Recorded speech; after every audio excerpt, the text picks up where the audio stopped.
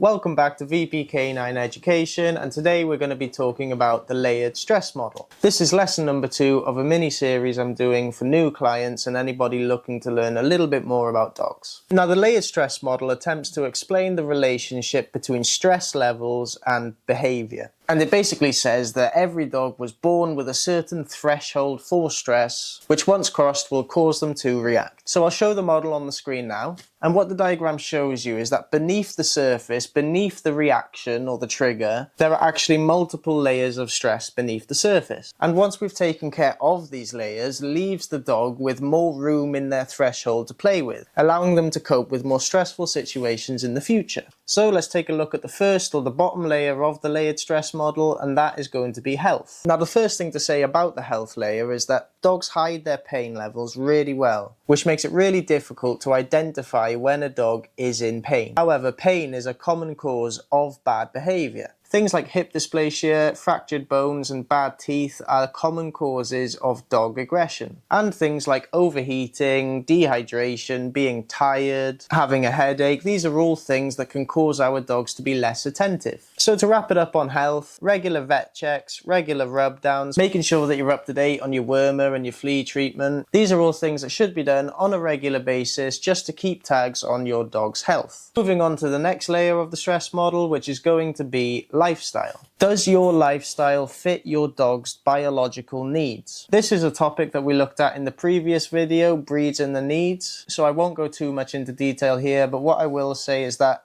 if you're getting a dog, or if you have a dog, you need to research that individual breed, find out what its biological purpose was, why was it bred, and then you need to come up with ways of mimicking that activity or just giving the dog an outlet so that it can be biologically fulfilled. A dog that was bred to do a certain thing like bite work or like herding and doesn't have an outlet to do that sort of thing, well, that's going to cause so much frustration with that dog. Frustration that will lead to stress, and stress that will lead to bad behavior. So making sure that every dog has an outlet for what it was bred to do in the first place is and should be a priority. Moving on to the third and middle layer of the layered stress model, and that is going to be clarity. And what we mean by clarity is essentially, does your dog have the clarity it needs to succeed in the environment that we've put it in? Does it know how it is expected to be behaved? Is the dog capable of behaving that way? And have you shown it how to behave in that way? This is where we introduce things like putting cues on emotional states. Being able to tell your dog, hey,